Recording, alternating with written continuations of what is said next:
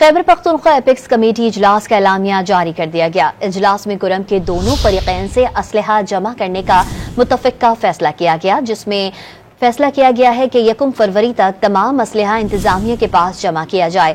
1 फरवरी तक इलाके में कायम तमाम बंकर्स मस्मार किए जाएंगे। मजीद जानते हैं डॉन न्यूज़ के नुमाइंदे आरिफ हयात से। जी आरिफ, बताइएगा इलामिया में क्या कहा गया है? अहम फैसले किए गए हैं कुरम मामलात से मुतालिक, और कुरम में पायदार अमन के लिए दोनों फरीकैन को हिदायत दी गई है कि वो 15 दिन के अंदर अंदर असलहा जमा कराए, और 1 फरवरी तक दोनों फरीकैन को कहा गया कि वो असलहा जमा कराए। 1 फरवरी तक जो कुरम में दोनों फरीकैन हैं तो हुकूमत की साजिशी में आपस में एक दूसरे तक मुआहदा करके उस पर दस्तखत भी करेंगे। ये सिर्फ असलहा जमा नहीं किया जाएगा, बल्कि जो बंकर हैं इलाके में तो उनको भी इन्हीं 15 दिनों में खत्म किया जाएगा।